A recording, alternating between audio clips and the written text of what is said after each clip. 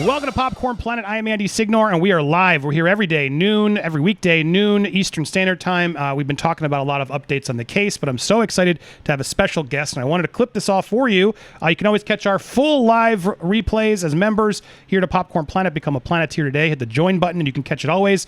But sometimes we clip out important parts, and this one was for me. I'm so excited to introduce Lauri Lowenberg, the Dream Expert. Thanks for being here, Lauri. Thanks for having me on, Andy. So you are a dream expert to the stars. You've been all over, as I see here on your website. You can go to laurilowenberg.com to see her. But you've appeared on so much television shows, radio, Oprah, radio, CNN. Oh my God, all over the place. You are a dream expert. Can you explain what that means? Yeah, so what that means is that I have studied dream psychology, so I have an understanding of subconscious thoughts and how our subconscious communicates to us about our lives, about what's going on, about our goals, about our mess ups through our dreams. So your dreaming mind is like your second brain, and it's your more powerful brain that holds all the answers you need. Whenever you're dealing with a dilemma, we tend to say, okay, let me sleep on it. What we're really doing is we're dreaming on it. That's why you wake up with clarity, because you've dreamt on it. You've worked out the issue in the dream state. So your dreams are a really powerful part of who you are. Even though they seem really bizarre and nonsensical, they're not. They're powerful, important messages from you, to you, about you, in order to improve you. Well said. I totally believe this. Now, I've been skeptical to like psychics and a lot of stuff out there, but I have a psychic who's joining us at a certain show. She's an empath. But I totally believe what you do, and I believe in the subconscious of dreams. This, to me, is a legit thing. And we've had you on the show, and you offered some amazing insight. So I'm happy to have you here, because you not only this, but you've also followed this case, correct? I mean, you've been following the news with Gabby and Brian. Yes, absolutely. Because the one reason I wanted to get you here is obviously I'd love to get your thoughts on the case and what's happening here, but also you've brought some examples of where dreams have sort of helped solve murders.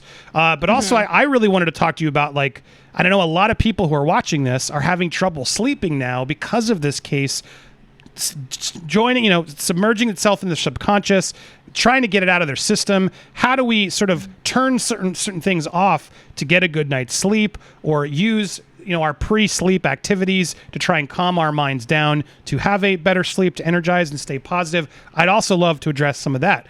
So Chad, if you guys have questions for Lauri in this portion of the show, please send them on over. I'd love to ask her while she's here. But I'd love to focus on those areas. So let's start with your sort of opinion on this case. You saw the news today of the strangulation as the cause of death. You even said you had an opinion on that. Do you want to sort of share your thoughts on where you stand on the case of Brian Laundrie, et cetera? Yeah, so like everyone else following it, I'm infuriated and disgusted, and it's just awful.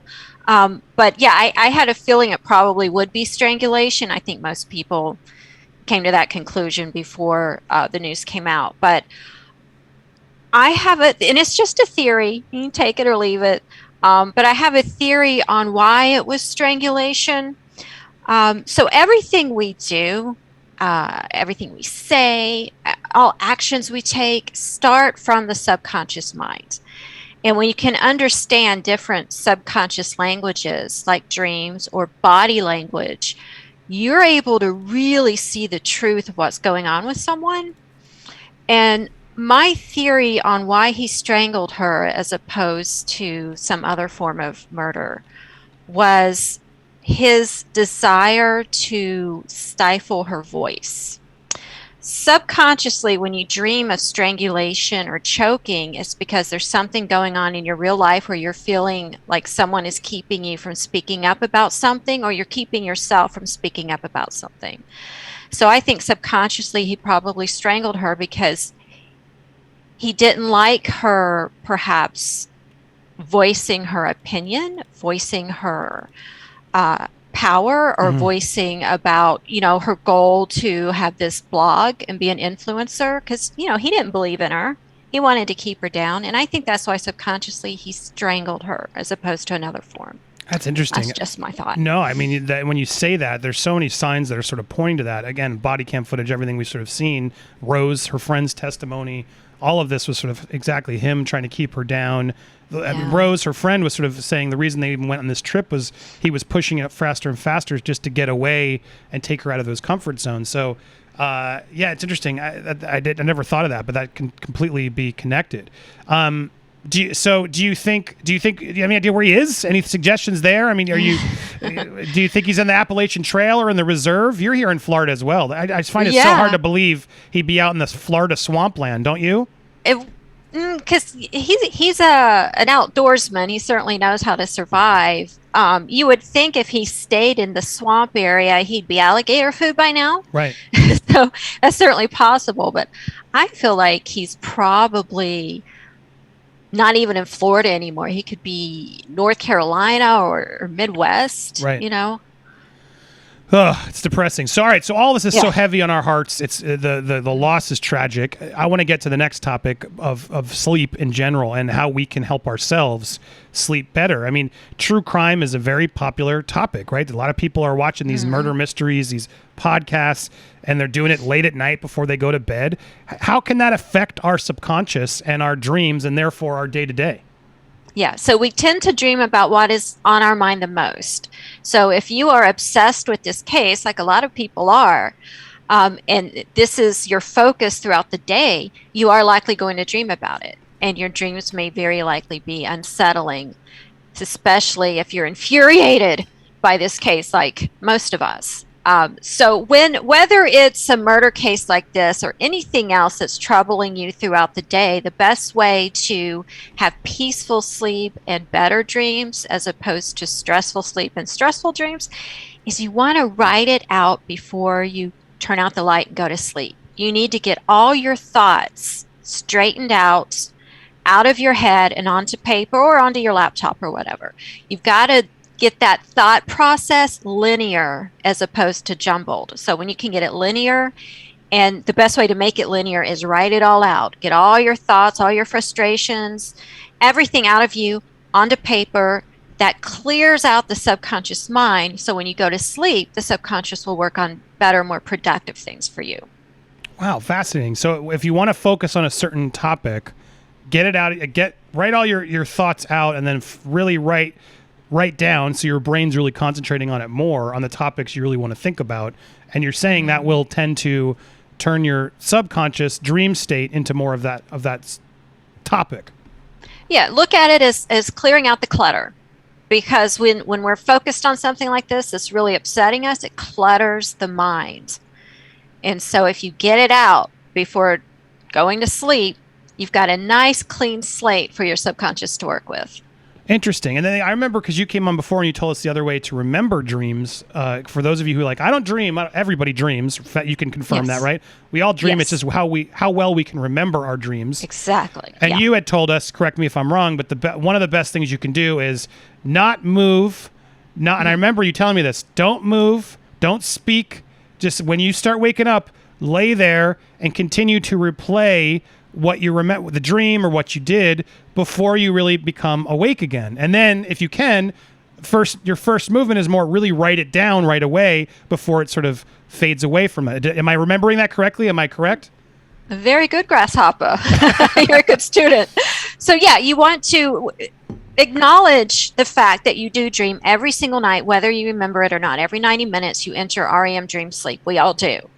And throughout your lifetime, you can have over 100,000 dreams. We'll spend about 7 years of our life sleeping, and a good portion of that is spent dreaming. So when you wake up, in order to remember your dreams, it is crucial you stay in the exact same position you woke up in, because that is the position your body was in when you were dreaming. So don't move, stay put, quiet your mind, give yourself like 3 to 5 minutes of quiet, still time. And in that quiet, still place, you're likely going to start remembering something. It could be the whole dream. It could just be a song. It could be, I just remember someone wearing red lipstick. That's a great start. Write it down. Do this every morning. It's like a muscle. The more you work it, the stronger your dream call muscle will get. And in no time, you'll be like me, and you will remember every single dream you had that night. Wow. And then does it become easier to do, like, does that more and more you maybe have to write less because you've sort of conditioned your mind to remember it? Yeah, the more you do it, the more you make it a part of your morning routine, the more dream content you're going to remember each morning. And, it's a great thing to add to your life, a dream journal, because this is the other side of your mind that's happening. And this other side of your mind that's at work is the most powerful part of your mind. So you're going to get great insights, ideas, solutions, and just really funny things to journal and look back on and discuss over breakfast. It's a wonderful thing to do. Yeah. So if I don't remember my dreams anymore, my mind is too cluttered. Have too many thoughts. If I'm not taking the time to do your advice, which I need to do more, but for people like me who are just not remembering their dreams, what does that say about us typically? Well, it's normal. A lot of people don't remember their dreams at all, or have mornings where they just don't remember them. That's normal, but you just got to give it the time. You have to be mindful of it, add it to your morning routine, and that's all it takes. You can also add things like vitamin B6 to your diet. That's been proven to improve dream recall. There you go. And then, so what about like more extreme dreams or nightmares or things? Yes. What's triggering those? Okay, so nightmares are the most important dreams of all. As upsetting and horrible as they are to experience, they're good for you because they're alerting you to something in your life that's wrong. Nightmares are caused by unresolved, ignored, or mishandled issues. So the longer we ignore something, the longer something goes unresolved, the longer we keep mishandling something, the more hostile our dreams will get until they reach nightmare status. So it's the way the subconscious mind is pretty much slapping us in the face and saying, enough already, we have got to correct this issue. So a good way to figure out what the nightmare is connected to is ask yourself first, what is the most upsetting thing in my life right now? Typically, that's what the nightmare is trying to help you with. If there's not something present, it could very well be an issue from your past, some kind of trauma or horrible thing that happened in your past that you've yet to process in a healthy manner. Therefore, this trauma from the past is affecting you still today in the way you behave and in the decisions you make. And so the subconscious is bringing it to your attention and saying, hey, this is a thorn in our side. We need to figure out how to remove. So when you act on the nightmare and start taking the steps to correct the issue the nightmare is connected to, it will stop and you'll improve your life because of it. Fascinating. Look, I know we're going a little off topic on some of this, but I'm so fascinated by this, and I hope it's helping some of you guys. Getting back to topic of sort of the Gabby Brian case, if someone is really invested in this case, they're listening before bed, they're thinking about it constantly, and they're having sort of crazy dreams about this case or another case, so that the tip would be write out the thoughts on the case. Is there any other sort of things they can do? Should they be thinking about other things before bedtime? What can we do to sort of uncrime our minds before bed? Yeah. So like we mentioned earlier, you do want to write out anything about this case that you're thinking of, get it out of your subconscious onto paper, and then focus. You don't want to let something like this that really doesn't involve you personally to overtake you, because that is not at all productive. Right. So get it out of your psyche by writing it out, and then as you're drifting off to sleep, think about something positive and constructive, a goal you have, an idea you have, a relationship perhaps that you want to improve. And think about ways you can improve it. Think about the outcome you'd like as you're drifting off. And then the subconscious will follow suit and will work on that for you and will likely give you great ideas and direction for that particular goal or issue. Interesting. I have another personal question. Sometimes, because I do know I dream, just sometimes I don't have the patience to remember, and then I'm thinking about 100 other things, and clearly it just pushes them down. But I do know sometimes there will be a state where I'm in a dream where I realize I'm in a dream. And then it's that happened to me last night. Yeah, so it's like, is that common? Is that a weird thing? Does that say something about like when you're almost like you're having and you're like, wait a second. I'm dreaming right now. Yeah, what it's the coolest thing. Yeah, it's like Inception. You're like, oh my God, I can do what I want. I can go fly, whatever. What is that? What is that? What do we do? Okay. So that is called lucid dreaming, where you become aware you are dreaming while still in the dream. And it is the absolutely coolest state of mind that there is. It's better than drugs is better than sex. It is so cool. But a lot of people become lucid. They become aware it's a dream while in the midst of a nightmare. That's what I hear more than anything else. I'm in the nightmare. I realize it's a dream. And because I know it's a dream, I wake up. I wake myself up to get out of it. Now, that is a mistake because you want to stay in that nightmare. You want to stay in that bad dream and take control and ask questions. Because what you're doing when we're lucid, when we're in a dream and we know it's a dream, we're in the most powerful state of mind there is because you're awake and asleep at the same time. You're aware of being in your conscious mind at the same time you're aware of being in your subconscious mind. And that is so powerful because then the subconscious and the conscious mind can communicate with each other. That's why I always tell my clients, when you find yourself in a dream or a nightmare, ask a question. If there's an axe murderer coming at you, say, okay, I know you can't really hurt me, so just tell me who you are. And you will get an answer. Wow. Yeah, it will be a life-changing answer because your subconscious is directly answering you.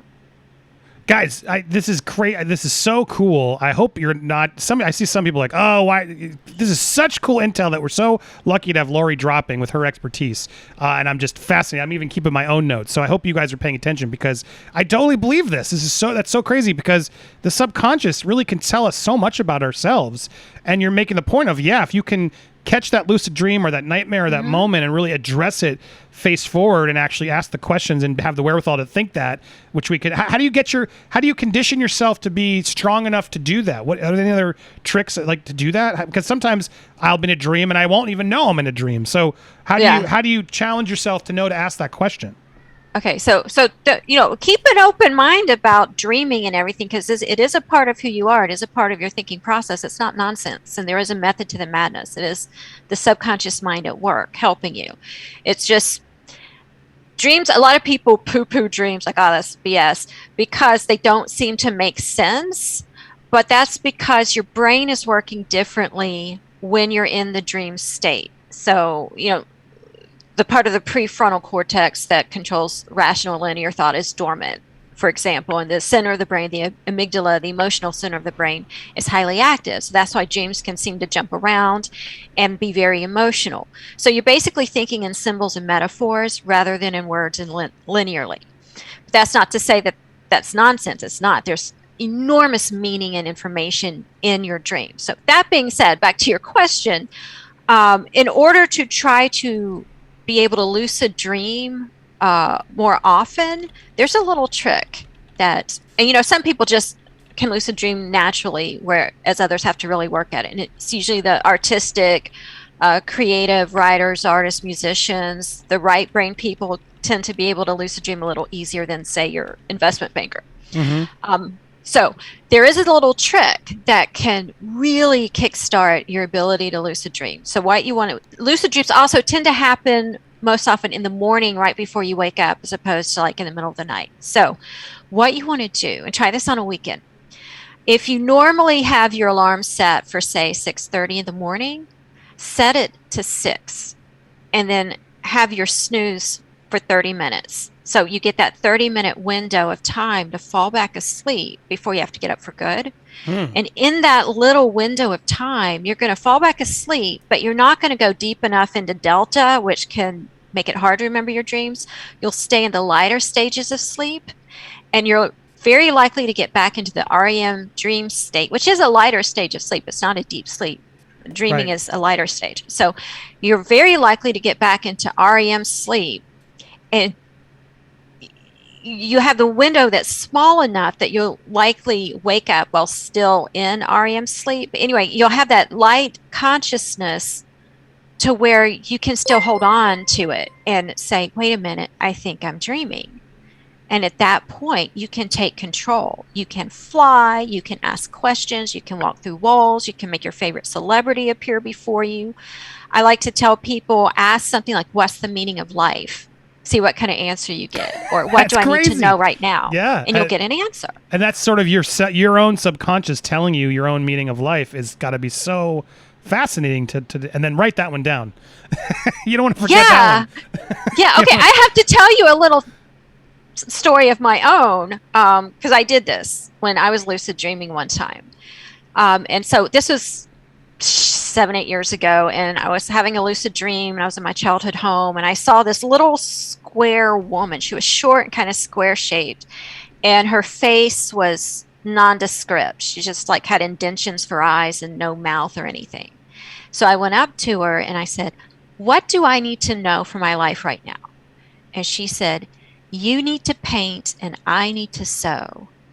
And then I woke up from the dream and I was thinking about it, and I was thinking, oh, okay, sow, as in not sow, but you reap what you sow. So I had I used to be an artist many, many years ago, and I put that aside in order to build my career as a dream analyst. And she was telling me, myself was telling me through this dream, you need to really start freaking painting again. You will reap the benefits.